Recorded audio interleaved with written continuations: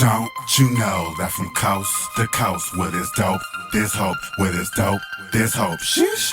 Wait, is it lit? Don't. Oh, ladies and gentlemen, boys and girls. Cats, dogs, birds, and squirrels. Yeah. Now I'm gonna need some more energy than that, Peasy. What's going on? What's popping? We out here, what? All You know what I'm saying? right. This is the Cats, Herbal Tea dogs, Podcast. birds, and squirrels. Yes, let them know. This is the Herbal Tea Podcast, episode motherfucking 10. We out here. It's your boy EarthTone. And it's your man, Peasy Peas. Yeah, man. And we gonna just get right into it, man. Everybody know what's going on out there. It's a little crazy. 2020 has been wild for the night. You know what I'm saying? Everybody for a loop, huh? Yeah, but we still out here. We still getting it. So we just gonna get right to it. There's a lot going on in this music scene. But wait a minute. What happened? We're not gonna celebrate. This is our 10th episode. I mean, kind the of a big milestone, 10, a the little big bit. one. No, it's a baby what I'm milestone. It's a baby step. You know what I'm saying? We've been doing it for a minute. We're celebrating all our wins this year because we don't know how many we're gonna have. We're officially podcasters by this point. I would say so. You know what I'm saying? I Keep feel like we lying. could definitely add that slash podcaster to the repertoire. But yeah, man, Sure. congratulations, Peasy, man. I appreciate you taking this journey with the kid, man. It's been a hell of a ride so far. It's been fun. It's been about a year. It's only been 10 episodes, but we've been working on this since pretty much last late spring, early summer. So it's been a little long journey. You know what I mean? We had to put in some work to bring it together, but it was dope.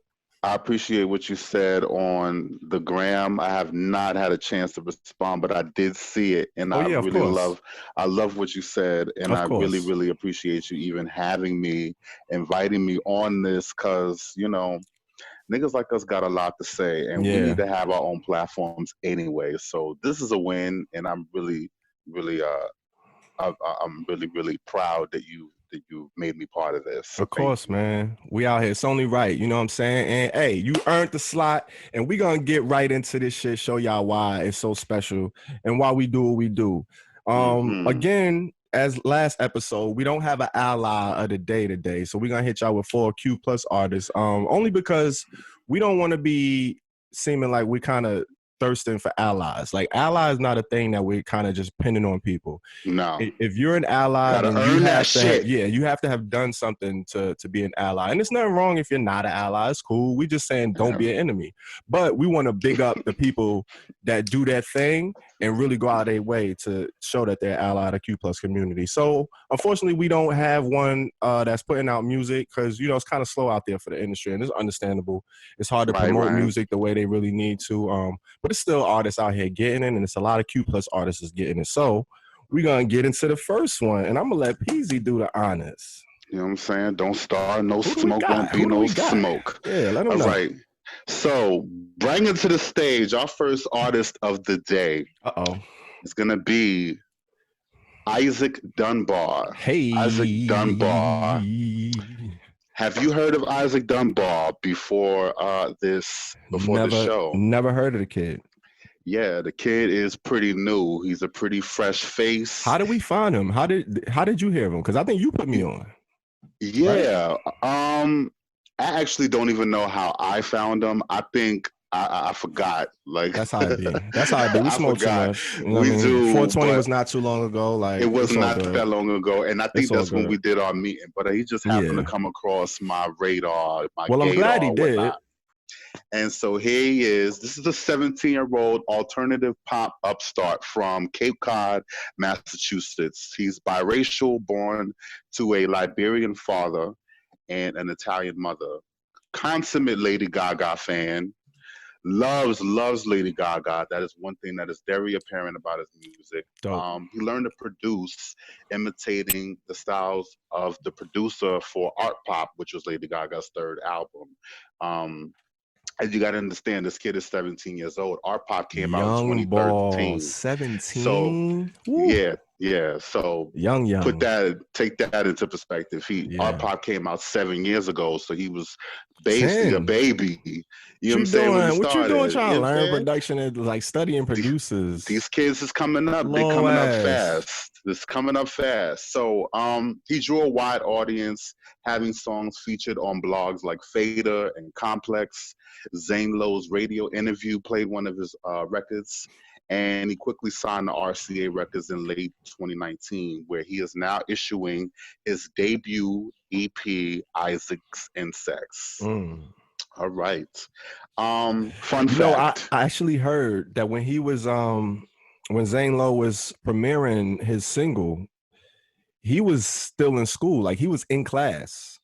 Like I saw an interview, like he was in homeroom and like tapping the homies, like fam, like Zane Lowe playing my shit. Like I couldn't imagine being in high school and like, oh my God, Hot 97 playing my shit on the radio, like on somebody like.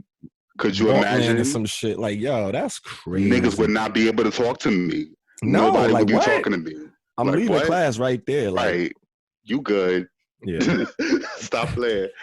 But fun fact.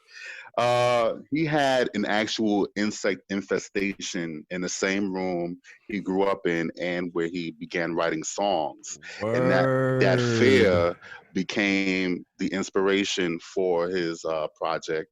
Get out of here. Insect. That's wild. And so he turned that fear into something that, well, the fear that he dealt with in his albums, the different types of fears came from homophobia and mental health and relationship issues. So those are really scary things to kind of channel your fear, you know, when you go through something like that. It could be traumatic. So, you know what I'm saying? He turned that into this project before us. Came out April 9th, 2020. Life. That's crazy. Exactly. Yeah. And it, of course, well, unfortunately, it's out. You know, he's releasing this album right at the start or like in the middle of the pandemic. Right, so, in the heat of it. Yeah. So, you know what I'm saying? That's where he at. And that's what we got in front of us. I'm going to go ahead and just say it. Oh, shit. Let me hear this. What you got? What you got? Let me see, man. What's up, man? I'm going to just say, this album is a mid for me. Oh, shit. 43%. And I'm going to explain why. I'm going to break this down for y'all. Yes, go in. Break this down. Like, okay, my favorite song from it is Suicide. I like songs. I like those kind of drifty, ballady songs. Don't have a beat. And it gives you a chance to really emote and connect with the record. And I felt like that was the record I connected with most. And it was the most emotionally raw for me. And that's why I connected the most with it. You have other songs like Boy, which is kind of like more of an alternative rock, kind of a slower bop kind of feel.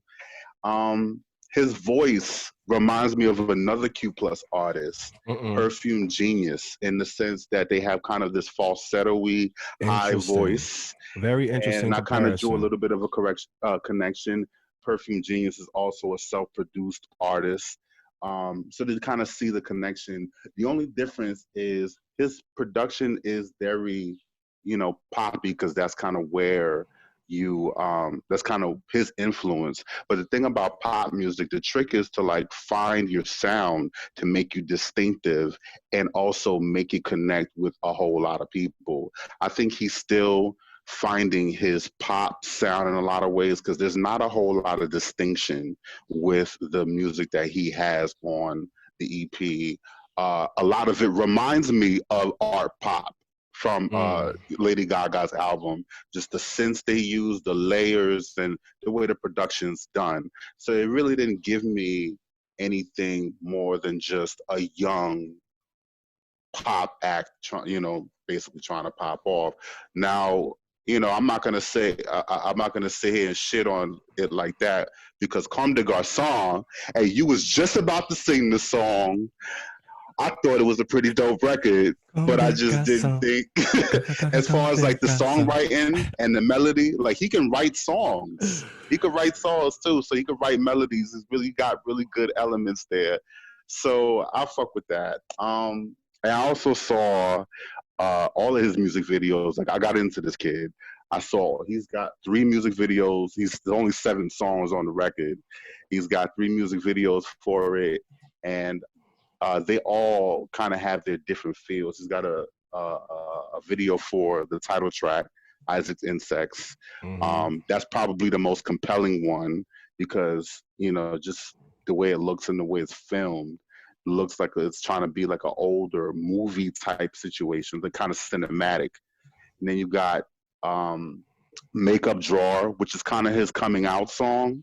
You know, if you can understand, like he was also dealing with, you know, a little bit of homophobia and kind of fear of coming out. So that was his song to kind of signal that. He did a video for that. And he also wait, you gave it a mid. What was your favorite you said? My favorite was Suicide. Okay. So yeah, but that I could go on and on about this. I see you going on and on. That's what I'm trying to wrap you up. Like you only supposed to hit a couple songs. Like, I know. You're right. My bad. I'm gonna let you. You know what I'm saying? I'm gonna let you finish like, though. I'm gonna let you finish. You know what I'm saying? But at the same time, I'm gonna let you finish. Beyonce. But what you got to say? What you got to say about this young boy? No. I mean, I hear you. But I'm on the opposite spectrum with this one, man. We're gonna have to call the fire trucks out here, man. NYPD. I hope they got their PPE. I hope they COVID ready because they got work to do, man. We got a fire on our hands. It's out here. Got a fire. You sleeping on this young boy. We got Isaac Dunbar. Let me tell you why. Why? Yo, break it down for a player. Seven joints, right? Mm-hmm. I fuck with each and every one of them for a different reason. All 7 songs, straight shots, no filler. Mm-hmm. The joint you talk about, Suicide, is crazy. Like I fuck with that joint. It's like the way he talks about it is different. He's kind of talking about it from an aspect of he's talking about somebody who's thinking about it, talking to somebody who's thinking about doing it from the perspective of somebody who already attempted it himself. And it's like, nah, you don't even want to like, let me like listen to somebody who already, you know what I'm saying? Like that's kind of, come on, this kid is 17 years old. Like that's just one. That's just heavy. The production is crazy. That is. He does all his own production, first of all. And he does sound design. Like he's like a sound geek. So he's into synths and creating his own shit and building his own sound. So I mean, that's gonna give him his own sound right there. Like it's gonna have a lot of influence because he was heavy influenced by the producers of Lady Gaga, but that's how you start. That's what you do. We all imitate until we figure out our own, and he has plenty of time to fall into his own sound, but for right now, when I found out, I listened to the whole project before I even knew he produced his own shit, and then when I found out after that, I had to go back and change my rating because I'm like, hold up. Like, come on, like, stop. We rewarding that. That's what we do out here. And then you got the joint Makeup Drawer. Like, come on, like, we're not about to breeze by that. So he's talking about, he's pretty much talking to his man, like his partner, and like he's so insecure with his shit and the way he look. He's just like, damn, like you don't even got to put on nothing and you look crazy. But like, I could be hot under here, but you wouldn't even know because the amount of shit that I do and put on and cover up with, it's like, you don't even know what I really look like. Like, and the way he puts it is simplistic, but you can get all of that. He like, I could be hotter beneath, but you wouldn't even know the shit that I've been through. Like he talking about putting on makeup. He's like, I love your love foundation. Where did you get it? Like, hold up. Mm-hmm. That's a hot little metaphor right there when you really dig in and break it down. And then like he giving you those throughout the whole song. The production on there was crazy. And then we got Boy, which gave me like a Future Sex love sound. Like it sounded like he got that from like Timbaland Archive. Like when Timbaland was producing that album, this was one of the joints that didn't make the cut, but then it slipped and he got his hands on it and he, you know, brushed the dust off and then went in. Wow, you giving it all of that? Come on. God. I went in depth. I listened. He got a line on there where he's like, first of all, he's talking about he hungry for his boy. He already telling you where he at. He's telling you what bag he in. And he's still giving you his pop emo. And I think pop is kind of a mislabel for him. I think he like a fake pop. He ain't really pop. He got a pop sound, but he on his emo, punk, grunge, singer-songwriter shit. He just got a soft refined voice and he over these poppy melodies, but this shit ain't really pop. Like he on his emo shit. Like if you listen to the lyrics, dark. He gets real deep. He got a song called Suicide. Like I give him his pen. I gave him his pen. He's not pop. Look, he said, just soft spoken tongue can sweet talk me into crime. Like what? What 17-year-old you know writing lines like that?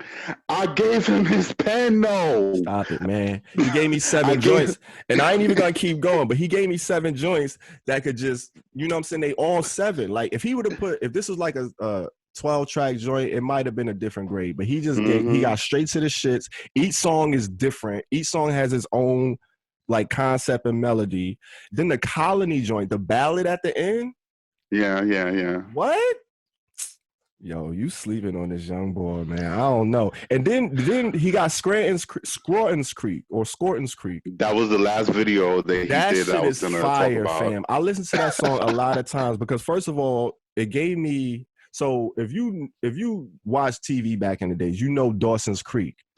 Right. It gave me that whole storyline because you know how like the girl was into the boy that wasn't really into her, but they kind of dated for a bit, but then she realized like he wasn't really in love with her. It was kind of just that high school shit. He kind of weaves that story into this song. The song builds up sonically. It starts slow and then it keeps adding parts and then it builds and builds. It's only like 2 minutes, but then he's talking about like he builds up to the point where he talks about when they first got together, the spark first happened, and then he talks about when the spark kind of left, it fizzled out, and he like, damn, I don't want to say goodbye, but I have a feeling that you love somebody else. It's just like I don't know, his pen is different for a 17-year-old. Like I gave him this rating because he produces his own shit, he writes his own shit. The thoughtfulness of the concepts are crazy beyond his years. And he only gave me 7 joints, which I love. Like, don't give me no crazy shit because you still a new artist. Like, we don't need a full-length album from you. Like, let me, you know what I'm saying? He just giving you a taste, and he gave you a healthy dose. And like, look, I'm here. Respect my pen. I'm not playing. And he giving it to you raw. Like, he leaning into that Q plus content.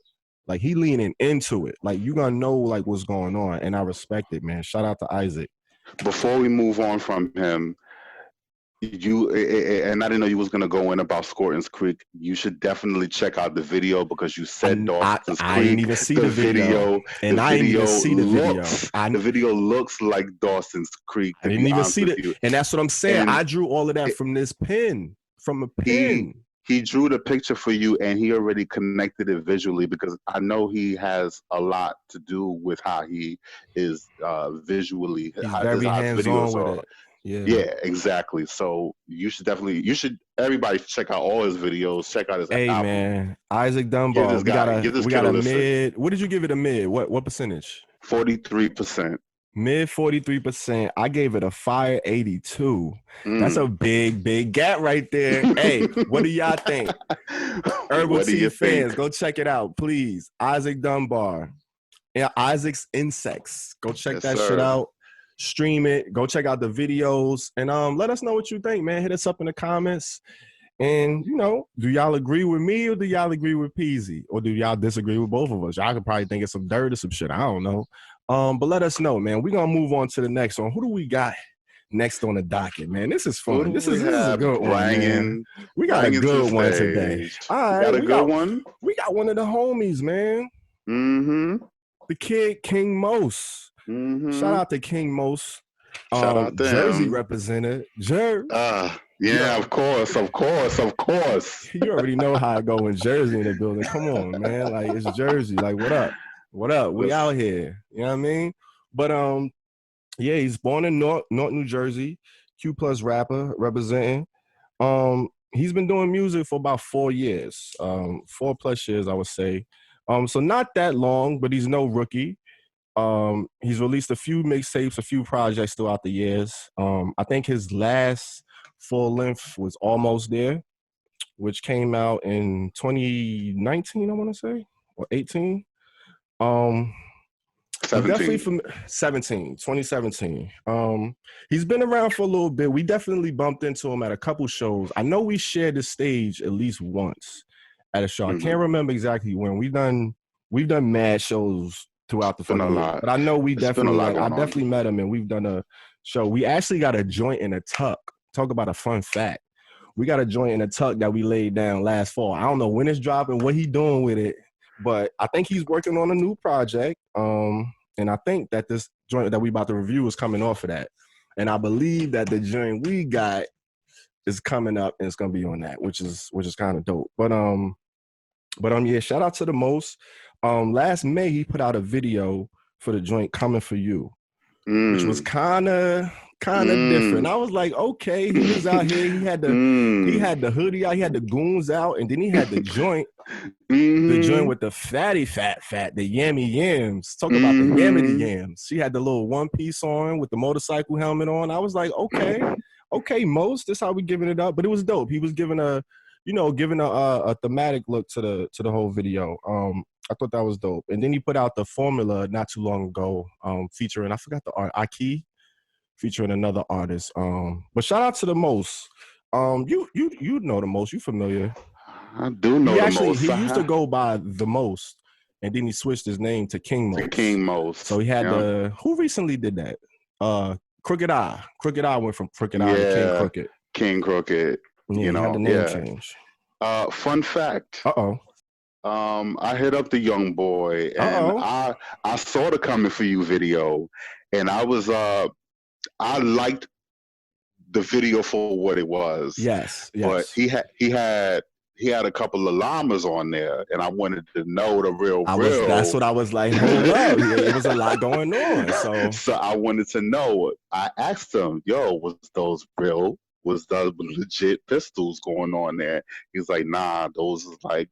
That's part of the production magic. The director said he got some water guns and kind of painted them black. I was like, all right. I wasn't going to judge him on that, but I just wanted to know for myself. Yeah, he kept it because I really love it, but I like what the video. The aesthetic. It was a nice look. It was dope. Yeah. Everything went. He wasn't reaching. It wasn't like, you know what I'm saying? He had the chick out there bopping, doing her thing. She was ready to snap on him any minute. It looked like some North shit though. Like, you know what I mean? Like, and right, I don't know how y'all get down in y'all Jersey, Brick City. Like some, you know what I'm saying? So it was.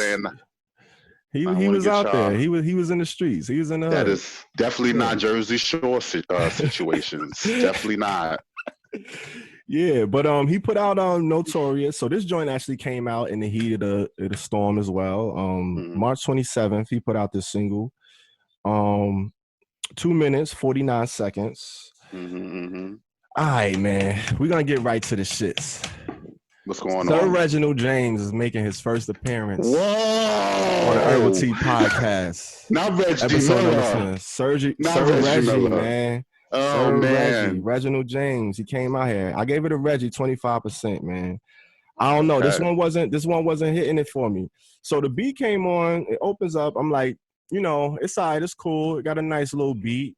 Not crazy. But it's all right. It's rocking. I can hear the bob. I'm like, all right, he about to get on this. He about to go in. And Most, he a spitter. He raps. He rap. So I'm ready to hit the bars. So his opening line, he comes in and he's like, don't mention me unless it's B.I.G., P.A.C., Nas, Jay-Z. What? I was like, okay. So your opening line is the Mount Rushmore of hip hop. You saying like, listen, don't even talk to me. Don't even mention my name unless you're talking about Deez. Like, I'm like, all right, you putting a lot of pressure on yourself. That's a lot of pressure. And then I listen to the next few bars and the rest of the verse, and I'm like, you ain't really proving it, my G. Like, you can't start off like that. Get me hype. I'm like, ooh, like, okay. And then it's like,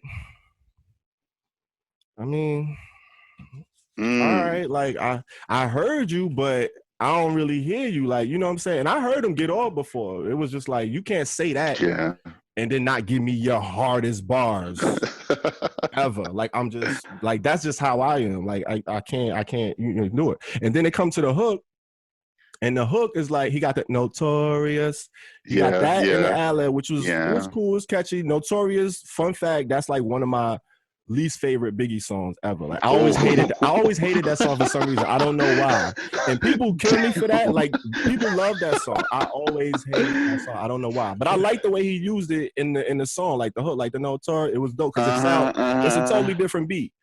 But that's all the hook is. And then he ain't saying nothing for the hook. And then it's a 16 bar loop for the hook. I'm like, yo, that's too much space for you to not actually have a hook and it just be like notorious.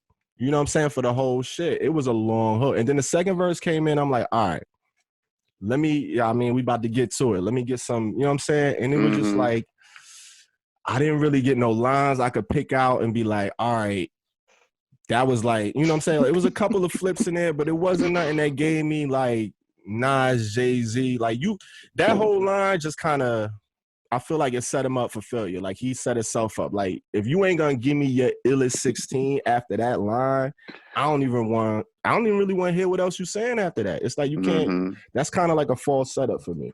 But I mean the hook and the beat, he gave me that gun clap, which almost reminded me. You remember Thug Love with Bone Thugs and Tupac? That doom, doom.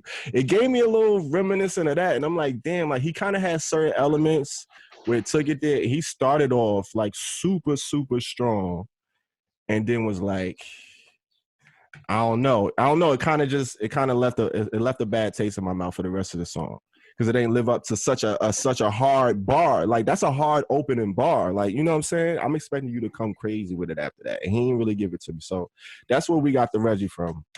So I gave it a Reginald James 25%. Where you at with it? What do you think? What do you think? I'm just giving it up, man. We giving it up. 2020, man. People is putting out music. It's so good. And shout out to Most. You know what I'm saying? And I heard all of his music. That's what I'm saying. Like I know he got better bars than that. That's why I was like, you can't hit me with that line and then not give me your best bars. Like I needed them. And he ain't follow up. And then the beat wasn't ill enough to carry the song. You ain't really have a hook. It was just like, he ain't really give it to me. Wow. Yeah. All right. So just like Jersey, just because you got the Jersey stamp, don't mean man, you ain't give it up You like probably that. gonna get it harder because you from Jersey. Like you home team. You gotta represent out here. Like when gotta represent. You know what I'm saying? Like, you gonna get the real. Because I want to hear that next single and I wanted to be like, okay, yeah, there it go. You know what I'm saying? I feel you. Well, I gave it a 58 mid for a lot of the same reasons that you did. Said. Okay. You kind of gave it. You already gave it the rundown. I thought the quotable niggas so whack they don't even write their own mumbles. I thought that was clever. I thought it was cute. Not that clever, but cute. You know what I'm saying? But the way he just delivered it, the way he came off with it. Yeah. Because sometimes you might not have the best lines, but it's the way you say it. I give you points for your delivery. So I like people that could sell that shit. There be songs out there, they're not rhyming, they're just ABCing it, but it's the way they fucking said it. It hit different. And that's what I like. That's so a he big gave part. me a little bit of that. The track is probably the hardest thing on the whole, the instrumental. But you're right, he's not really giving you too much as far as the bars is concerned. But that's why I gave it a mid, because the track is hard. Still bop it, but you ain't gonna get too much from it. Yeah. All right, well, man, hey, there you have it. You got a Reginald James 25% and you got a mid 58. Shout out to King Most, man. I'm looking forward to this project he got coming out. I'm not sure what the name of the project is. It's actually called Mostorious. Oh, Mostorious.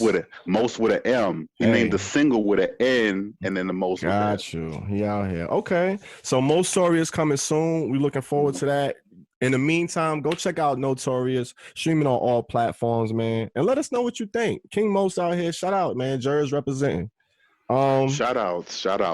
All right, so who we got next? We're gonna keep it moving. We're gonna keep it moving. The next person we got, Robbie Rockington. Oh, okay. Robbie Rockington. What up, Rob?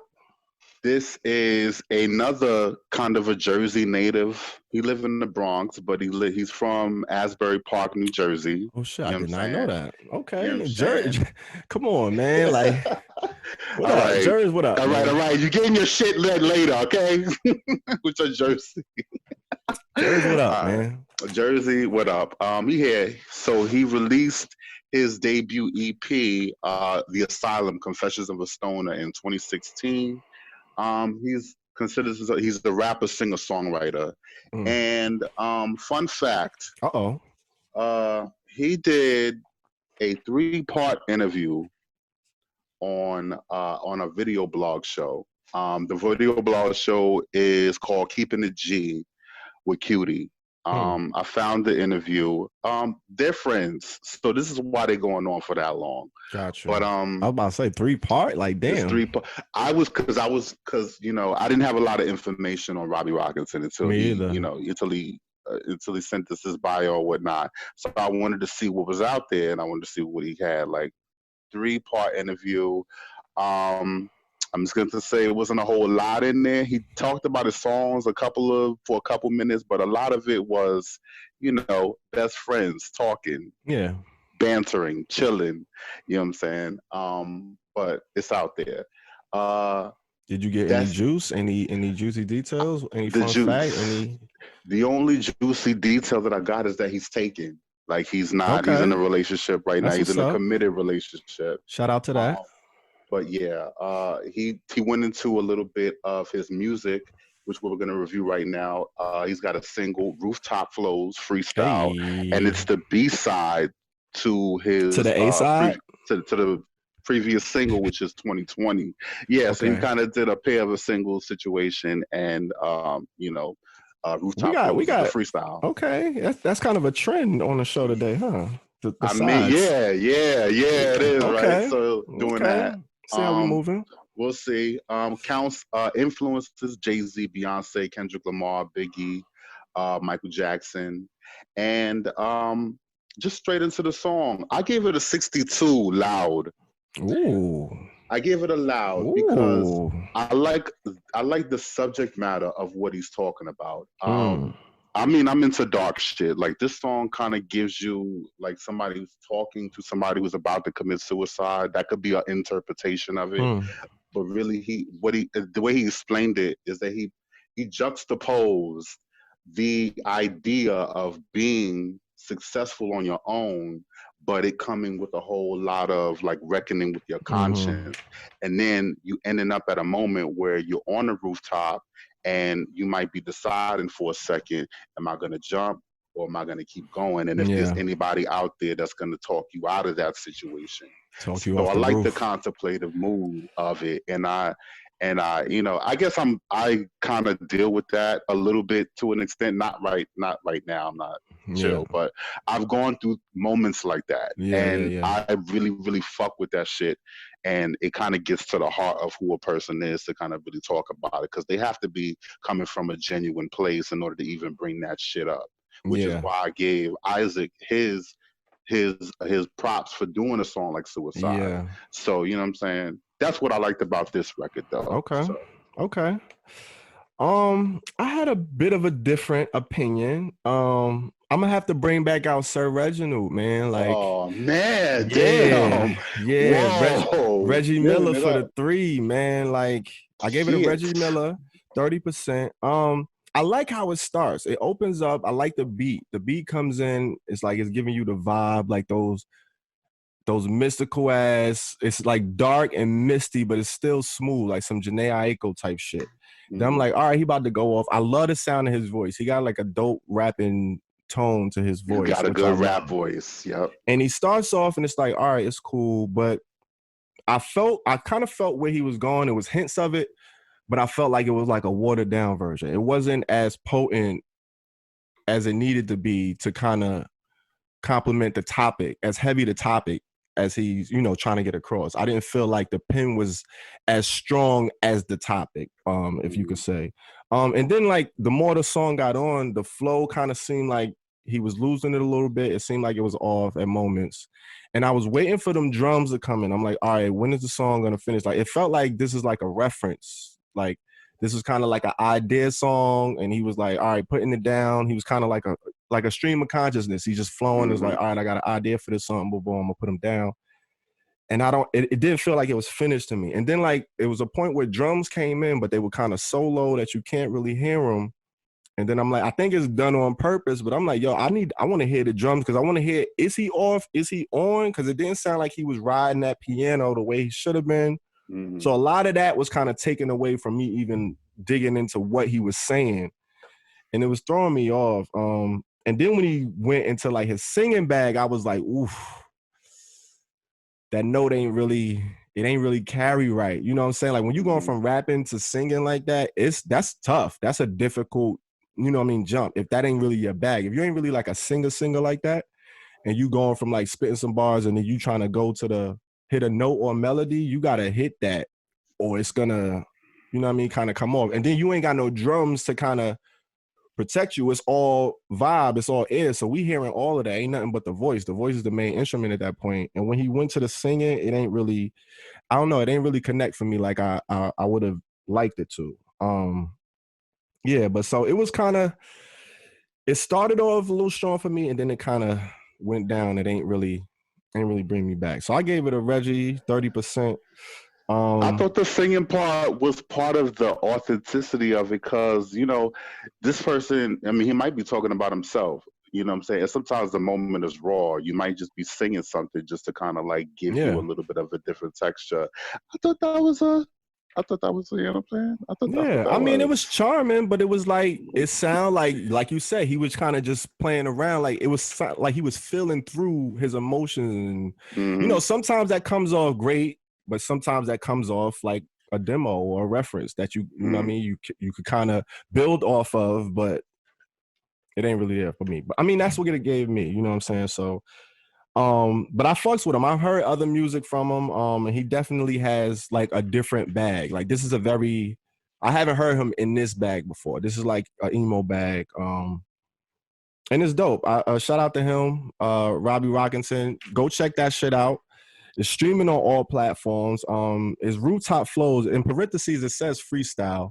But it's streaming on all platforms. So you can go check that shit out. And let us know what you think, man. Peasy gave it a mid. What was it? 52%?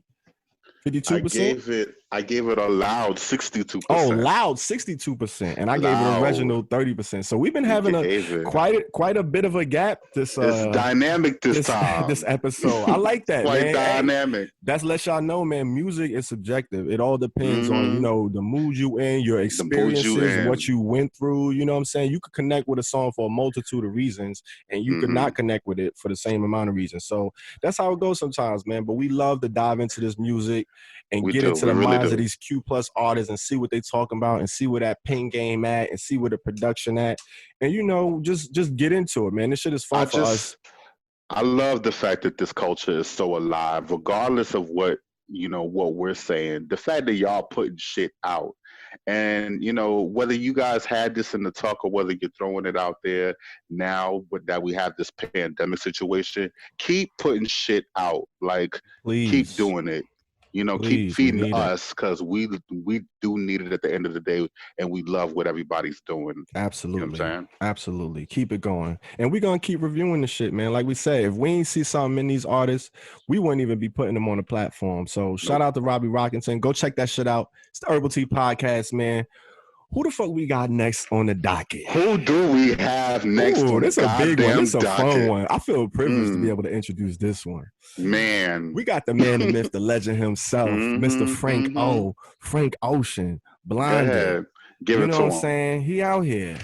Of course, everybody knows who he is. Q+ singer-songwriter from Long Beach, California. He actually was a late bloomer. He didn't necessarily come out when he first stepped onto the scene. I forgot when he actually let it be known that he was Q+. He always, if you go back and listen to some of his stuff, he always kind of dropped hints in his music, but he never, you know, he never really wore it on his sleeve. But, you know, he eventually did and he embraced it. Official, like during Channel Orange era, because that was a thing. The whole him coming out and admitting to his first romance on one of the songs. But he was known as a ghostwriter prior to joining Our Future. As many people know, he was part of the collective from out there. We always talk about it, how much of a string and connection that Our Future has had to the show so far, from the top 50 Q+ artists to now. But yeah, he was a part of that collective. And he was known as a ghostwriter before then, so he worked with a lot of artists in the industry.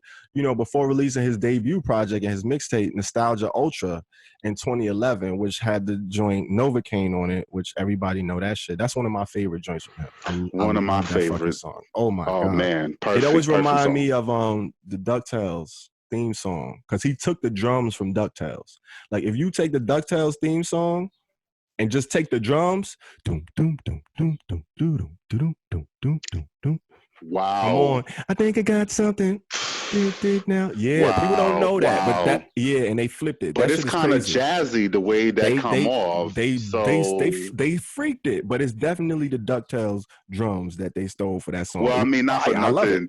Theme songs back in the day, like, were bops. Fam, I have a whole folder of songs from when sampling like DuckTales type shit. Like that's a vibe. Like I love it. That's one of the reasons why it's my favorite song. But then eventually he signed the Def Jam off of that project and dropped the debut Channel Orange in 2012. So he was hitting them every year. Like he had a run.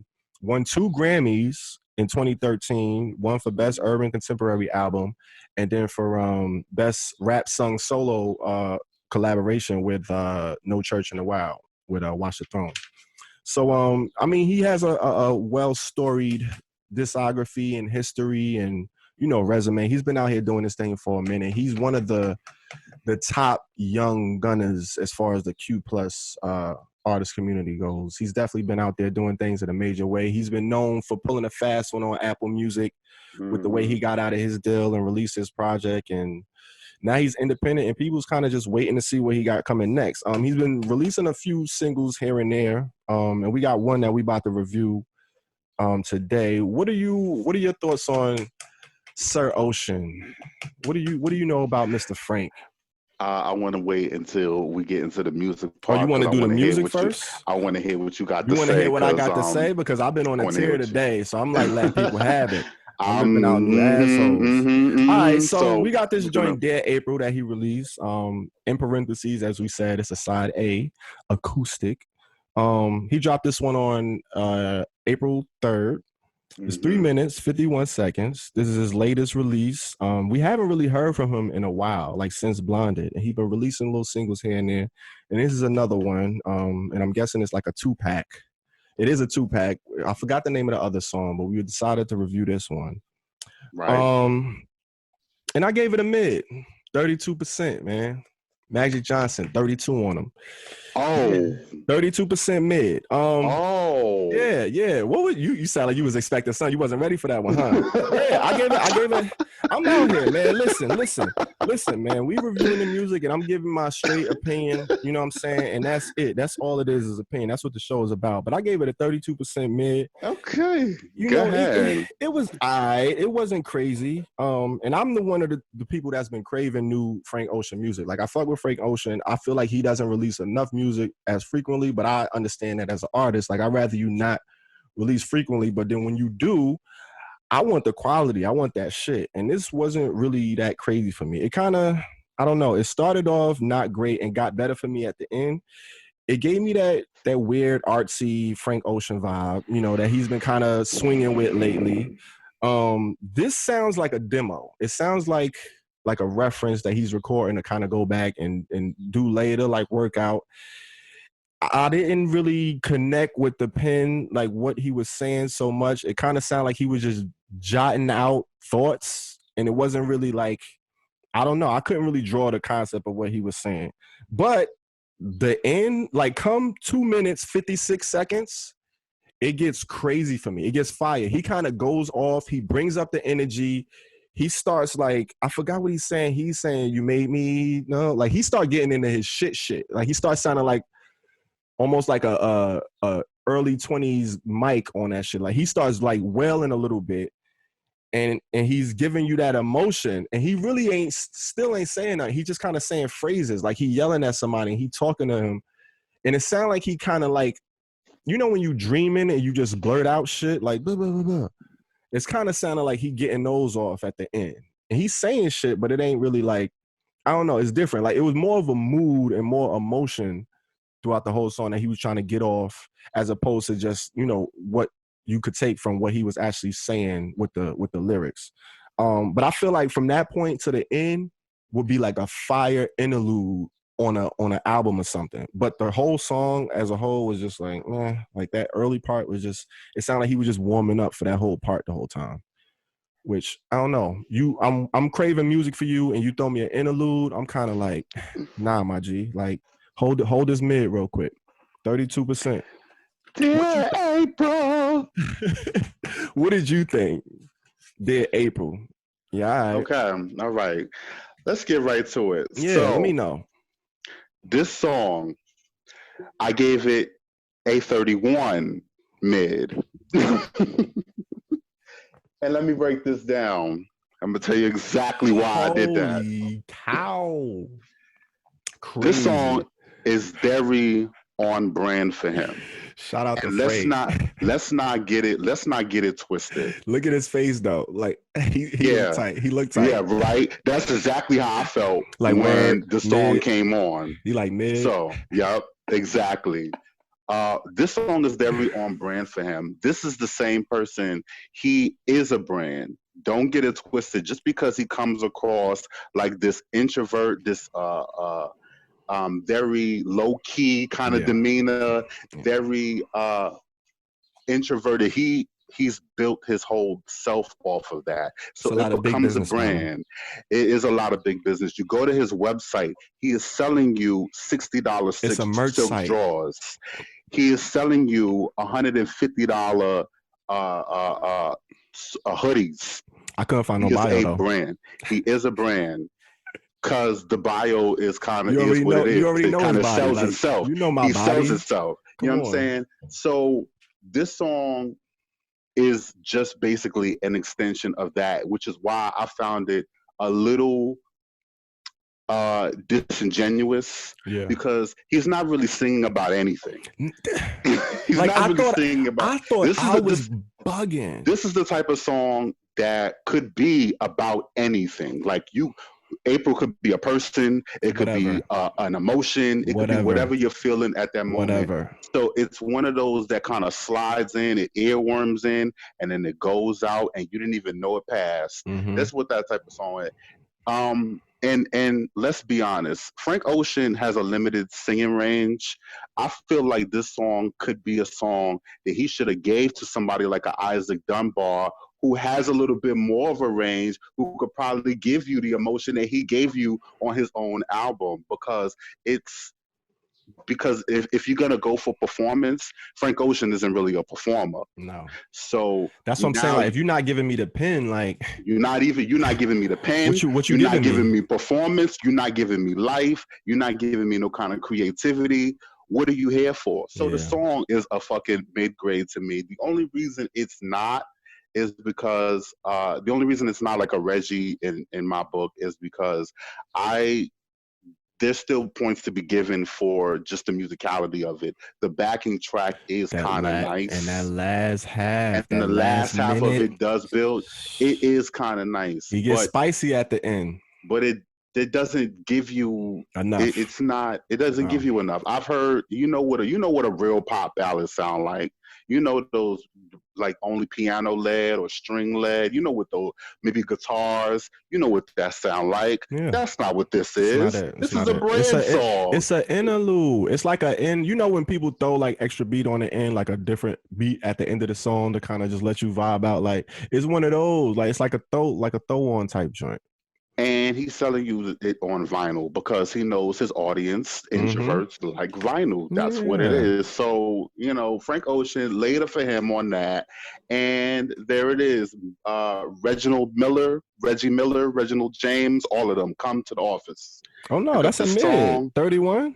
31% is a mid. I'm about to say, hold up, don't Reggie him out. You ain't Reggie him. It's two mids. We got a mid 30%, a mid 31%. It's a mid 31%. It's not a Reggie, but it could be a Reggie. But we're giving a mid. Because, the whole damn show we spread out, and then this one we hit it damn near the same perfect grade, the exact same grade.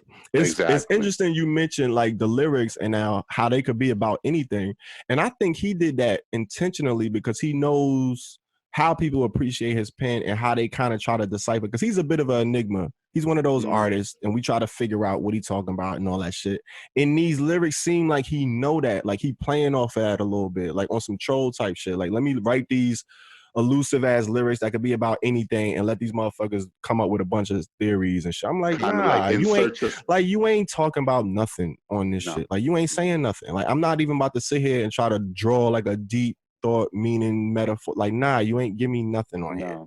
You gave me some energy towards the end, and that was about it. So the beat saved him, and that energy at the end when he started going in and them little phrases.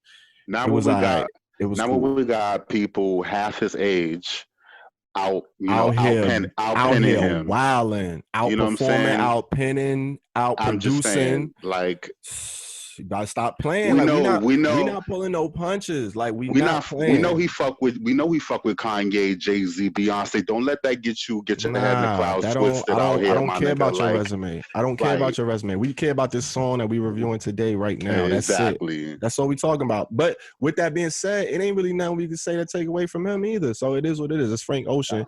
This is just our opinion of Dear April, A-side acoustic. And it got a mid. So what do y'all think? Go check it out. It's streaming on all platforms. You ain't got no excuses. You in the crib. What you doing? What you doing? What you got to do? What you got scheduled? Nothing. You know what I'm saying? Go stream this music. Check it out, man. And we working on that Herbal Tea playlist that we going to have soon on Apple Music, Tidal, Spotify. I'm gassing it. I don't know, man. That's kind of the idea. You know what I'm saying? But if somebody out there can help us put that together and want us to make that happen, definitely hit us up and let us know, man. But hey, shout out to all the Q Plus R's we reviewed on today's episode, man. You guys are amazing. Keep on doing it. Keep working through the Rona. And we're going to keep reviewing it and checking it out and lending you our ears and our honest opinions on this music because we care. You know what I'm saying? You know what I'm saying, PZ? You already know what it is. Yeah, man. But, you know, now that we got the music out the way, I want to find out what's going on in the neighborhoods and the streets, you know what I'm saying, on a ground level.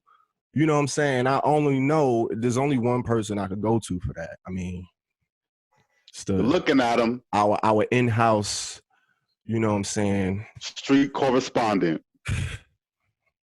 Hey, man, what we doing? What we doing in the streets, man? What's going on out here? There's a couple of things going on in these streets. I'm going to go ahead and give these roses out right now to Doja Cat and Nicki Minaj. You know, they scored their first #1 Hot 100 Billboard song with Say So.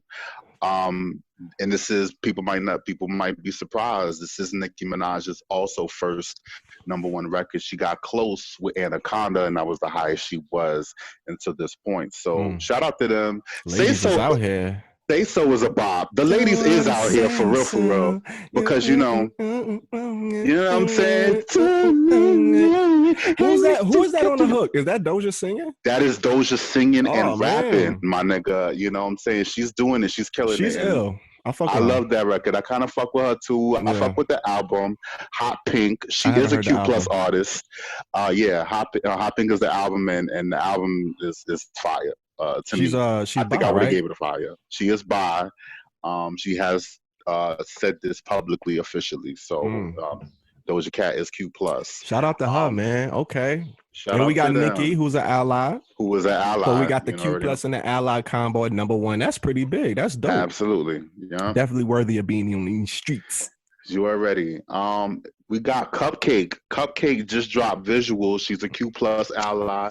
Stunning visuals for the singles Grillin' Niggas and Lord Jesus, which we review. Jesus. You know that's my jam. She came through. I can't wait to see that video. I know she got it. I ain't even see the video yet. Like it's two separate videos, but you could watch, but they're kind of plugged together, so they you just watch the whole thing, stream both. That's hard all the way through. And she goes so off on that record. Ooh, she get on. That song just get me hype when I hear it.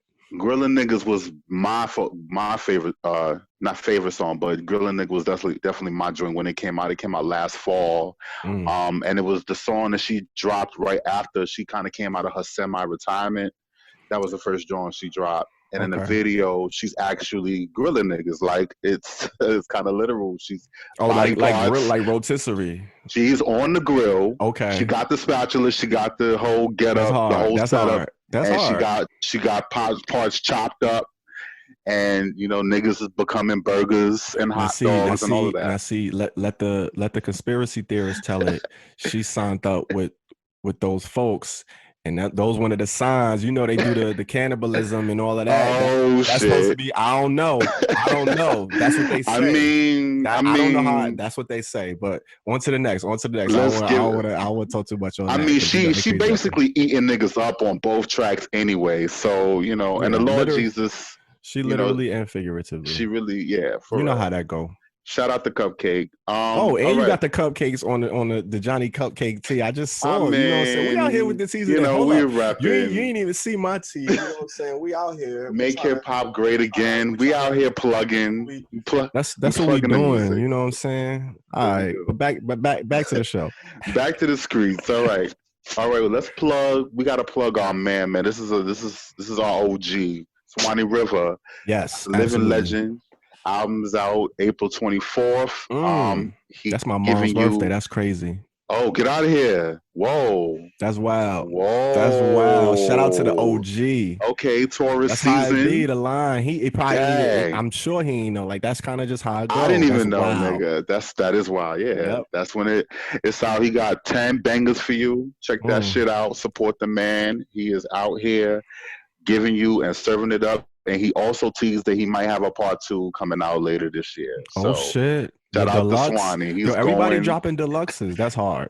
This the time to do it. Niggas ain't got shit to do but come out and make shit happen. Let's do it. And also shout out to Damian Nova. We reviewed him in April as well. His release is out. It's out? When the show come out, it'll be out. Yes, it comes out May 20th. This is our May 21st show. Okay, so. Shout out to Damian Nova. You already shout out to him. Let's go back to the Skreetz for a minute and let's give a shout out to Costa Rica. Costa Rica is the first Central American country to legalize marriage equality. Hey, that's dope. I think that's a pretty big deal considering my family is from Honduras and it's conservative as hell. So, you know what I'm saying? I can see why Costa Rica is a popular destination spot. So now that it's opened up to the LGBT community, I'm pretty sure it's about to be litty. It could be once this COVID shit happens. Over, it's about to be crazy. It's gonna be great. You know what I'm saying? Man. Costa Rica. I hear that's about hard. Folks going to Costa Rica all the time. It's about goddamn time. Yes, sir. All right. Unfortunately, we have to report on this, but here's how we're gonna do this. First of all, we're talking about Little Richard. He passed away on May 9th. At the age of 87, but we're not going to get into his death. We're going to talk about the impact he had on basically rock music and culture as we know it. So I'm going to give you a couple of fun facts about Little Richard. Here we go. Of course, he's born 1932, Depression era, Jim Crow era, Macon, Georgia. You know what I'm saying? He was kicked out of home at age 13, allegedly, as he put in his book, for homophobia, because he was already giving you a little bit of life at that Sounds time. About right. He once did drag as a teen. Princess Lavon was his name, the Magnificent One.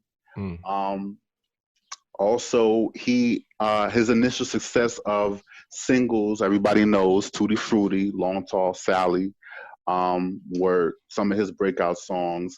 After he turned to religion, he had his era, like for like a couple of years, 1955, 1957, and then he turned to religion.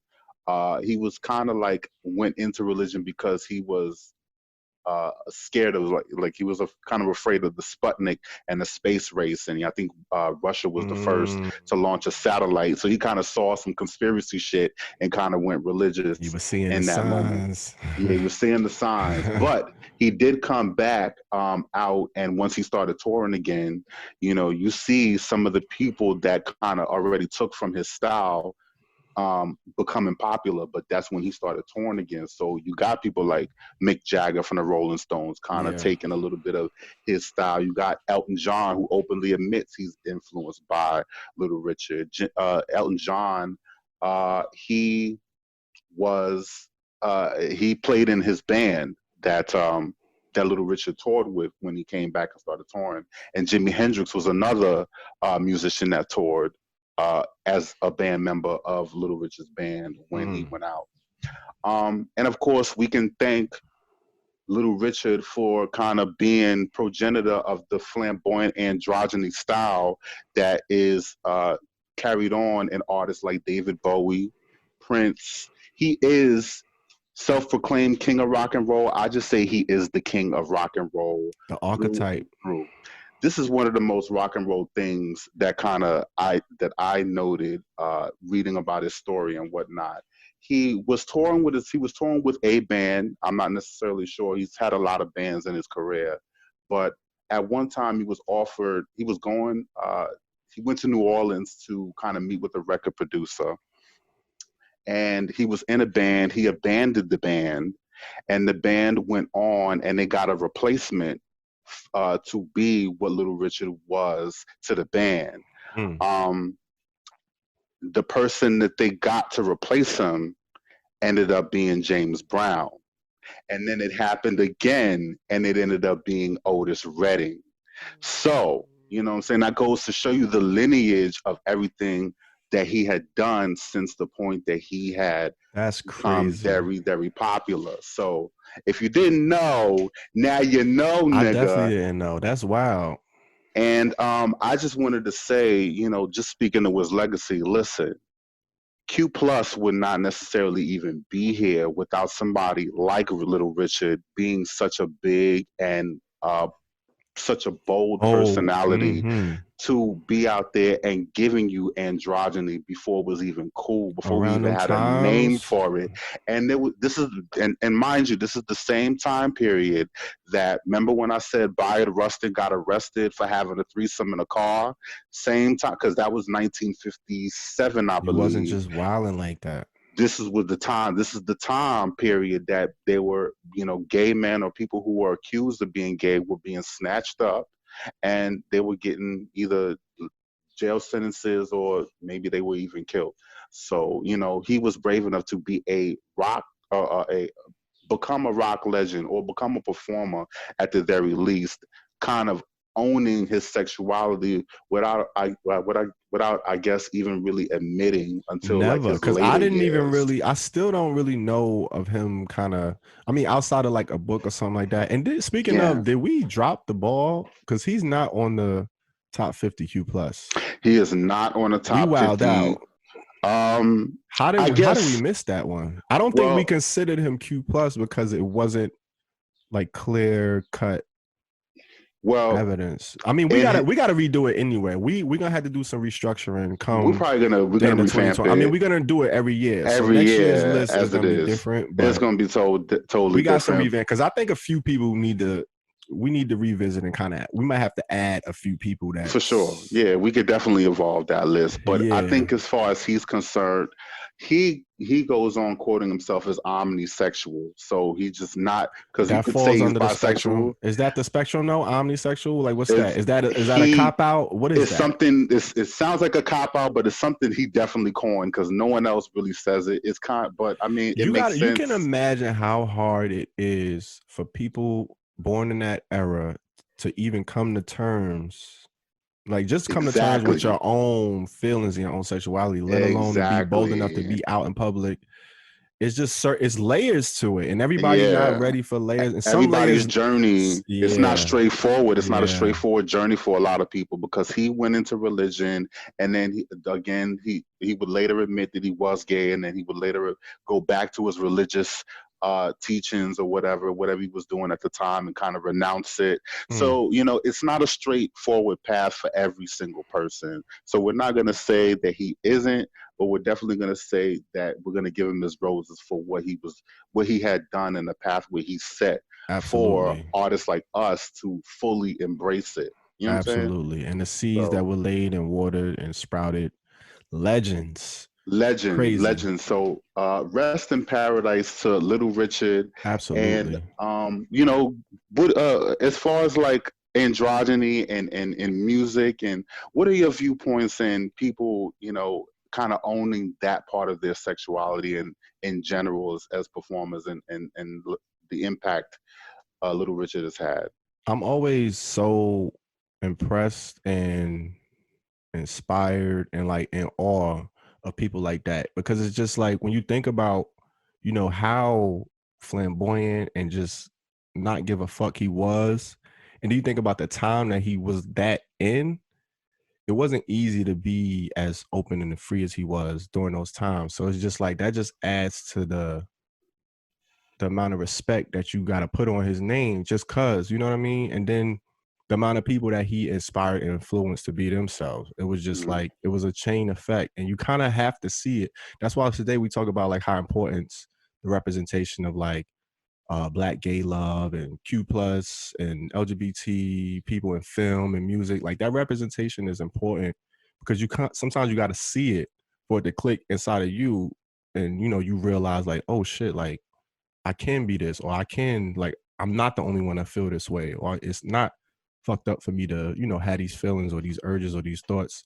And he just made it cool to kind of just be like, fuck the system, fuck you. If you ain't fucking with me, it is what it is. But he made it look cool. And he was to the point where he had like hood dudes and gangsters and like people that was into like hard rock and grunge. Like they all respected him. Like everybody kind of respected Lil Richard for what it was. And like, I don't know, you kind of can't, you don't get too many people, like he's like a generational talent. Like you don't get too many figures like that all of the time. Like that's a once in a blue type thing. But like those figures like that, I'm always impressed. And that kind of goes back to what I say as far as people like leaning into that and just, leaning into what makes you you and special and different, because you never know what kind of impact that's going to have on the rest of the world. So Absolutely. definitely RIP and shout out to Lil Richard, man. He definitely deserves his roses. He lived a long, healthy life, man. 87, Yeah. shit. Yo, he went through a lot. Like he went through a lot. Went through drug abuse and then came back out of it, became a preacher or Yeah, ordained preacher. You it's a know what I'm lot. saying? So you think of Prince, you think of Andre 3000, you think Mm-hmm. of Big Frida, you think of artists like Jimi that, Hendrix. Jimi Hendrix, all of them, Mm-hmm. kind of owe a debt to Little Richard. So yeah, Yeah. for sure. Yep. Now we're gonna get into this the circle, New York Uh-oh. City. You know what I'm saying? We're gonna give you a It's little bit of another a episode? I rundown thought on we that. already Episode covered all that. 4. Episode 4 has came out over the weekend. Oh shit. You know what I'm saying? And there's a little bit more going on. So we're gonna just give you a little bit of a recap. Go support the boy Nunu and support the Circle NYC. Absolutely. It's an amazing, award-winning Shout out B Hood. docu-series. Or And shout out to Billy Hood being on the show, and shout out to all the cast members, even the ones that don't like us. oh my God, here you go. So yeah, so we're gonna get into episode 4. A couple of things happened. You got Dwight. Dwight, I think by far might be the most interesting character on the show. He is so animated, but come to find out, that's Melly B's friend. And we gonna get a little bit of hint that Melly B might be coming back to the city and meeting up with these folks. And let's just get into that. Melly B kind of has a lot of, let's say, tentacles, a lot of relationships with different people on the show, and it kind of goes back. And I'm surprised. I don't know why I'm surprised, but he kind of has a whole lot. I don't know why you surprised. I was quite surprised how many friends or whatnot that he has on the show. The highlight of the episode for me was him going to see T.S. Madison. T.S. Madison, the trans performer. and him kind of getting red. That was an interesting scene. Like she was not here for him. Not here for your little dog. And her girl wasn't either. Like, did you saw the tension? Like she seemed like she was about to snap. What's her name? I forget her name, but she's spicy. I know. She is spicy, and she was not having it. When he brought up, he brought up if somebody had their scars. Who was it? Delicious. She said Delicious had came through and visited the day before, and his first comment was like, "Does she still have her scars or something like that?" And that rubbed her the wrong way. She was like, "Yeah, see, that's the mouth. That's that mouth." See, but I just wanted to say, to that scene, if you sleep with dogs, you wake up with fleas, and that is why you got T.S. Madison, who proudly said, "That's why this house is clean, because ain't no fucking dogs running around in here." And I died a lot laughing at that part because I was like, yeah, that was interesting. People kind of dig themselves into whatever hole, but that was it. And that's the circle. Oh, the PSA. Let's look the PSA. I was at the PSA. You got a little cameo in there. Whatever. Saw that. I mean, I was shocked. I was gonna say, like, I know he's not about to breathe. Like that was it. Like, what you mean that was it? Like that was not it. I forgot that they even had that. Not that I did it, but I didn't even think they would have that in there. That's how the show goes, though. Like you kind of forget a lot of the stuff that you filmed. Yeah. But I do remember that scene. I have a couple of pictures when I was sitting with Aoki and Billy was there. Billy being late to everything. I think wild late. Billy would be late to his own birth if he wasn't already being born. I'm just like, he's whatever. But shout out to her. We just fucking with him because we can. But yeah, the PSA, you know what I'm saying? It was Eazy-E and it was cute. It was a moment. Yeah, y'all kind of came together with it. I wasn't sure what y'all was gonna come up with. It was alright. I wasn't sure either because I didn't even know we were doing the PSA when I got there. I thought it was gonna be a scene for the circle. I think that's why I was really there. But you always get half of a detail or whatever whatever detail gonna get you to come through. That's what you're gonna get. That is exactly. But you're not gonna get the full story ever. No, because I mean, and I'm newly walking around with my brace, so I was ready to come out anyway. You was ready. I was so ready. So that was kind of the thing. I had hair did on fleek and all that shit. So I was like, whatever happens here is what's gonna happen. Where? What time? All right. Right. I'm there. And at Brick, one of my least favorite places because we always be there. So shout out to Brick, man. They do good work. But we be there so much. We do be there so much. But that's what was going on in these streets. Okay. A little bit of everything for y'all. What do you think of the show so far? You liking it? You still captivated? You still following it? Nah. I'm following it. I'm following it because we're doing it here, and I want to give the man the props that he deserves for putting that shit together and still being able to do this. Yeah. We didn't even know we was gonna get a season 4, to be honest with you. Like he was talking he said about last season was the last season. So right. But he says that at the end of every season, I feel like. So I'm following the show, but I'm not necessarily that impressed anymore by it. I feel like I've seen a lot of it before. You know what I'm saying? Yeah. So. Yeah. Same setups, same kind of just different figures almost. I mean, I like it though. It's different. I'm kind of waiting for it to turn this corner. It usually gets better the further along. Like it kind of like I'm just waiting for the spicy shit. That's what everybody waiting for anyway. Like ain't really much else going on. It looks like the spicy shit about to come in. That's what I'm saying. Episode. Like I want to see. That's that dynamic gonna be interesting. So that should be fun to watch. But shout out to the circle, man, and all of the castmates. All the cast members, all of them. Yeah. Because it ain't easy doing this shit at all. I mean, definitely coming from somebody that filmed, the whole episode. It's a lot of work. So shout out to the cast members and everybody. For sure. Representing for the Q+ community. That's what we doing. That's where we at in these streets. Yeah. That's where we at. Okay. What else going on in the streets? That's it? That's all we got? That's what we got for the time being. I mean, you never know. COVID got it kind of quiet out here, man. It ain't too much going on, man. But hey, we're gonna bring you what we could bring you. We're gonna see what happens next month. You know, it is what it is. But you know, when the streets is quiet and low and you tucked in the crib, you know what you gotta have, what you gotta do, what you gotta get, man. They might lift these restrictions up next month, so it might be a different story. I have a feeling it will be. We'll see what happens, man. I ain't really worrying about too much about what they're doing. I'll believe it when I see it, and I ain't even gonna believe it then. I'm gonna wait 2 weeks, and then I'm gonna see what happens after that, because I'm not trying to be no test dummy. Like, we not doing that. That's what we're not gonna do. We're not doing that. Once they open up the barbershops, I'm gonna wait like a month, and then I'm gonna go get a cut. So that's what we doing.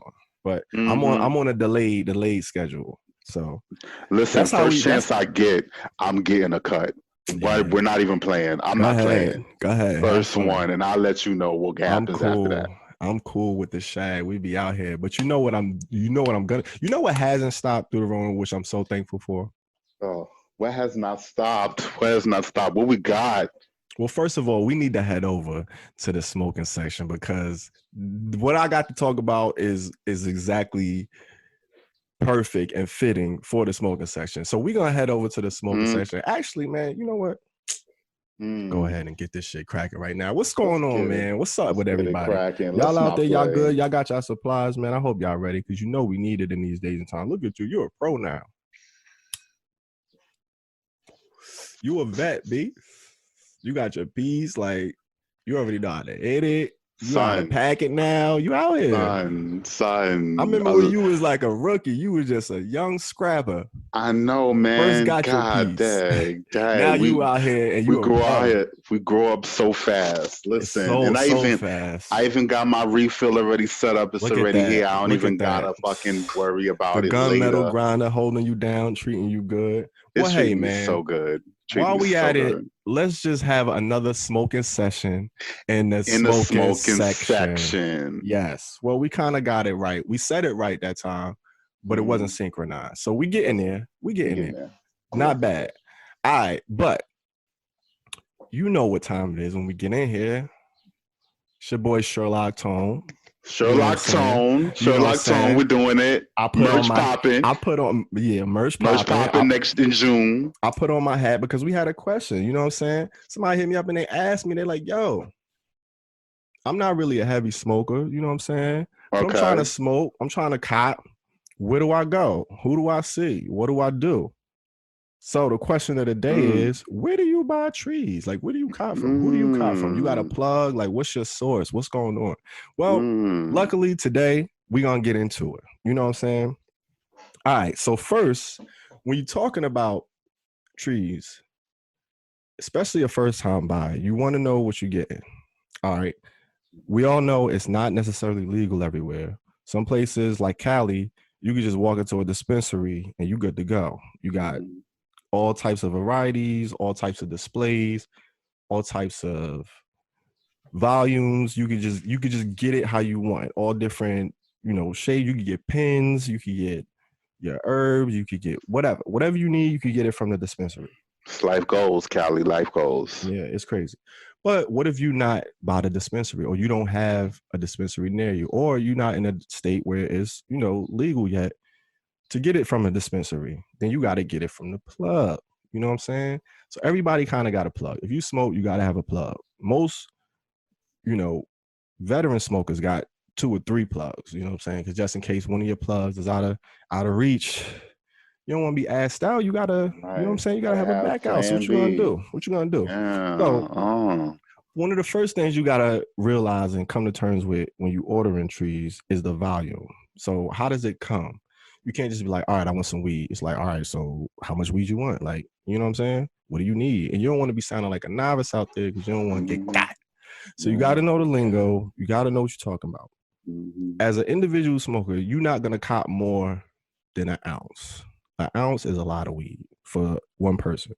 So an O is probably the max you're going to cop, like just on some solo dolo. Unless you're moving it, you ain't getting more than an ounce. And that's a lot of trees. And that comes down to 28 grams. So you get an O, some people call it an ounce, an O, a zip. An onion.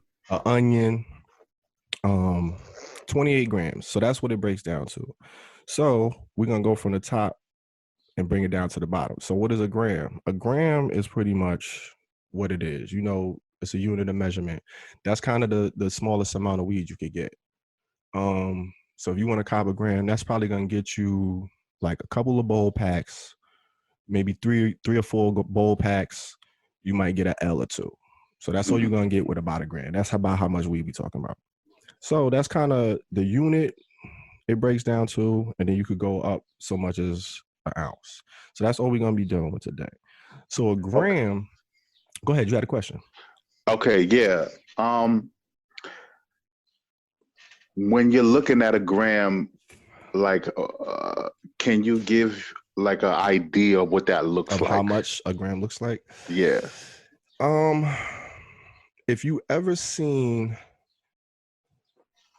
like a nickel bag or like those small baggies that you see like other stuff come in, like you might see an 8-ball or something like that come in it, other you know, different narcotics, but it's not a lot. It's a small, I would say like 1 inch by 1 inch size. You could fill up with that. It's like a little nugget, like a couple of nuggets maybe, not much. You know what I'm saying? So if you're thinking like a nice big nug, that's probably even more than a gram. That's probably like 1.5. But if you got like a decent sized nug, that's probably like a gram. So about a nugget worth, you know what I'm saying, is a gram. But so when you're looking at it, you want to make sure you're looking for certain things. Like when you're looking at it, you want to look for the color. You want to look for like the crystals and all that stuff. Like it's a certain look you want to go for that's going to let you know the quality of the weed you have and the type of it. Like, is it some dirt? Is it some Reggie? Like, you definitely don't want to see a lot of sticks. You don't want to, it shouldn't look dry. It shouldn't look like oregano. It shouldn't look like grass. Like, you'll be able to distinguish. It should definitely not look like grass. And talking from experience, if they selling you grass, they will definitely give it to you for the super fucking low. Yes. And make you think that you are getting a lot. And that is how I got. I thought I was getting an eighth for $40. And it was an eighth of your best crab grass. Yeah. See, that's how it goes. So a gram, you want to be careful. With trees, it's like anything else in life. You want to pay, if you're going to pay for the cheap shit, it's going to be cheap. Like, cheap is cheap, period. So if you want to pay your lowest price for the trees, you're not going to get the best trees. A decent gram is going to cost you about $15. $15, that's like a mid gram. You get a $5 gram, like a nickel bag, you probably ain't getting, you're either going to get a little bit of weed that's not actually going to be a gram and it's going to be some fire, or you're going to get a bunch of dirt. So you want to kind of pick your poison. If you want some mid, you're going to pay a decent price for it. If you want the like a top of the line gram, you're going to pay like $20, $25. You don't want to be paying. You don't want to be paying more than that for a gram. What you was gonna say? They used to call a dub is like a gram. Yeah, a dub. Right? So you got a nick, you got a dime, you got a dub. A dub is like a little turkey bag. It's a fat. You know, it's a decent amount of trees. Like I said, you should be able to get like 2 blunts out of a gram. 2 nice blunts. If you roll in joints is a little bit smaller. You might get 3 joints. And then you're talking about a bowl pack. You might could pack the bowl like 4 or 5 times with a gram. I pack my bowl. I probably pack the whole thing. I try to pack the whole thing in a gram of weed in a bowl. I pack. Well, yeah, it depends on the size of the bowl, because some bowls are smaller, some bowls are bigger. So you could get a whole gram in a bowl, but some bowls you could kind of split that up. You get a few bowl packs, but that's about all you're gonna get. So you're not about to get there and have a crazy session with a gram. If you a smoker, a gram, you not. It's gonna piss you off. Yeah, it's gonna be like, come on, man, what are we doing with this? Like, right. Stop playing with me. Yeah, I hope you got your own. That type of shit. Exactly. Yeah, exactly. You're not buying that for the party. So, yeah, nah. Like I said, a gram gonna range between like $5 and $20. If you paying more than $25, you either copping moon rocks or you getting got. And then the next size is an eighth. So you go to an eighth, because everything from the gram broken down after that is like an eighth of an ounce. So you got an eighth of an ounce, you got a quarter of an ounce, you got a half ounce, and then you got the ounce. So the eighth, oh, there you go. That's an eighth right there. So usually a good eighth, you're gonna pay like $45, $50 for it. That's like in the average, the median range. $60, that's like high end. If you pay more than 60, you kind of doing a lot for an eighth. Yeah. Yeah. My eighths, I usually pay like 50 for my eighths. For a cheap eighth, you could probably get an eighth for like 25 somewhere, but I wouldn't expect it to be no fire. Mm-hmm. And then you get your quarters. You get a quarter, and then it's the same range. It kind of goes up gradually. Like the bigger you buy, the more bang you get for your buck, pretty much. So it's like buying wholesale. You want to get an O, you're gonna get more trees than if you would just get you would buy like 28 individual grams. That would equal more than if you just bought a O, which is the same weight, but you're just buying in bulk. So that's how you got to look at it. So it's depending on how much you want to smoke. You want to save accordingly. Because if you only smoking like a little bit at a time or a decent amount, you probably want an eighth, couple eighths. That's cool. But if you were like a heavy smoker or you smoking with a bunch of people, you want to get an O because you're going to go through a lot more weed more frequently. So it all depends on what you want. But that's the ranges you should look for when you copying your trees. That's kind of all you could really base it on, especially once you start copying. They got delivery services out there. You got the people at the bodegas. You got the dudes just walking on the street like, y'all got the sour. You walking down the street in New York, you good for having somebody just walk by like, yo, I got that haze, got that sour. Like, the neighborhood plugs, you got those. And those always have their risk because they could sell you don't know the quality of it. So one of the key hints you could do as a first-time buyer, just buy a little bit. You don't want to cop nothing crazy. Get a couple grams. See how it is, test it out. You don't want to go to somebody you buying for the first time. You don't know how their product is, and you copping it's a lot of trees. If for some reason you don't like the trees, you don't want to do that. So when you first copping, get a little bit. Then once you get to know the plug, you good. You go from there. You get your flavors or whatever. You could also do a referral thing, right? Like you did for me. If you have experience smoking with somebody that you trust, that and they give you, they're able to pass you a phone number or whatever the case may be. Great point. Try through that other person and see if you like that quality, and then that'll set the bar for you as far as like what you're getting. It's a great point. That's the number one way to do it. Like that's what I would do. I would go to somebody who I know smoke, be like, yo, where you cop from? Put me on, I need a plug, blah, blah, blah, and go from there. That's like your best bet. You're always gonna get a referral because your homie going, they're gonna send you in the right direction. So that's definitely a great point. That's the number one piece of advice I would give to like a first-time buyer. But then some of the things you want to look for or avoid when you're looking at the trees, you want to look for I know people heard of like the crystals. So if you see like those crystals, it's like a liquidy. It's not liquidy, but it looks like a kind of hard crystallized gel that's on the flower and the bud. And that actually is called trichome or trichome, I think it's called. But that's like a sign of good, high quality trees. So you want to see those crystals. You want to observe it. When you see that, you're dealing with the real. Now, what you don't want to see is like a powdery, like a baby powder substance. Like that's kind of what you don't want to see because that's mold. So that's scary. You want to look out for that. That's not what's up. And then if you see like little black specks or whatever that looks like the shower mold you see like in you want to watch out for that too because that is a thing. I've never seen that before. Yeah, I haven't seen it before in real life, but if you Google it and look up pictures, you don't want to get that in your trees because that could actually be harmful and not good. But yeah, that's what you want to look out for. And then as far as the smell, you want to get a whiff of it, check it out. It should smell like either like citrus or like skunk or like flowers, like floral, or maybe like diesel fuel or something like that. But if it's smelling like wet grass, like fresh cut grass, that's not a good look. If it's like musty or like dank, that's kind of, you want to be wary of that because that could be a sign of like some bad trees. And then of course, if it's moldy, you don't want to fuck with that at all. Do not get no moldy weed, ladies and gentlemen. Yeah. Don't do that. Yeah, but that's it, man. You got to know like how much you want and then just know what to look for so you're not just buying like a pack of oregano or something. You know what I'm saying? And then you should be good to go. Like, it's not too many people out here. I'm sure it happens. I'm sure it don't happen that often, but you don't want to be that dude that be that green. Like, it ain't too many people out here selling oregano, but you just don't want to be, you want to be careful. You want to, make sure you're getting it, especially if you're not getting it from a dispensary. If you're going in a dispensary, you ain't got nothing to worry about. Like, that's grade A, A1, everything's on top. I'm talking about you getting it from the homie at the bodega or the plug or the delivery service that you're not sure with or have a relationship yet, you just want to be careful and check it and not doing nothing crazy, because you are smoking this at the end of the day. You you consuming it, you inhaling it.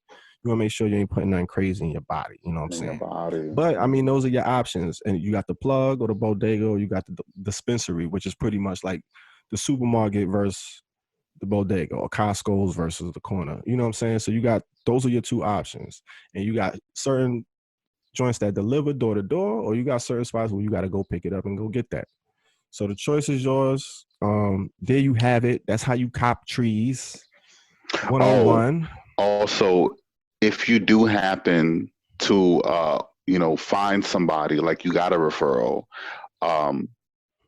make sure there's different levels of discretion. Like, it just depends on what the deal is comfortable with or what you're comfortable with, but they'll usually tell you where they're meeting you if that's the case. When you're trying to go, it might be off a side street or whatever the case may be, or if you're meeting them like on foot. So just be wary of that, and because that might be a little bit, you might not be used to that, you might not know what that's all about, but that's obviously because nobody wants to get caught doing that shit in some places. Of course, use discretion. At the end of the day, you're dealing with an illegal substance federally, regardless of what state you're in. So you want to be discreet with your dealings, and don't be a doof out there. You know what I'm saying? Because the plugs don't like that. The plugs don't like that. So keep it low, keep it discreet, and man, have fun, man. And tell a friend to tell a friend. When you find a good plug, man, put the people on. Let the people know. Don't keep that people on. You know what I'm saying? Don't be greedy with the plugs. And that's it, man. That's all we got in the smoking section, man. What do you think? Did you learn anything? Was it informative? Did you hear anything that you didn't know? Any fun facts that you was like, oh shit, I didn't really know that. That makes sense. Because I kind of like it. I have to sharpen my measurement sometimes. Like, I forget how many grams is in an O sometimes. I'm like, damn, like, what does it break down? But after a while, you like, I know what it looks like more so than I remember. Like, something, the fractions, that's kind of what threw me off the first time anyway, because I actually thought that, because you saying an eighth, okay, well then if I want a 16th, or not like that, but if I want something close to that, or if they sold it specifically on that system, I didn't know that that's just how it comes. That's just how they pack it. It's only a few. Like, it's not like specific. Small, medium, large. It's you don't get no custom shit more like that. Nah, we got sizes. What size you want, nigga? Right. Like, small, medium, large, XXL. That's it. Exactly. So you get the dub, or you get an eighth, or you get a quarter, or you get a half, or you get a whole. You get the O for the low. You know what I'm saying? You get the O for the low. You out here. That's it. That's my new move, man. I like trying to get the O, because if you go half with the O, you know what I'm saying, you and your man, y'all both get a half, and then y'all both come off with the discount. You know what I'm saying? I just graduated to the quarter. I just graduated. Man. It's levels to this. You know what I'm saying? Levels. You gotta take your time. It's patient. Be patient. It's all good. I was definitely ready. Man. I was so ready. And there you have it, man. That's how we do it in the smoking section, man. You know what I'm saying? And we gonna end it like we always like to end it. You know what I'm saying? Peasy got the piece. I got the roach. Woo! I don't win in on this. And we out, man. We gonna end it on a high note. Ooh, I can't hit that. I'm out. That from coast to coast, where there's dope, there's hope. Where there's dope, there's hope. Sheesh. Wait, is it lit?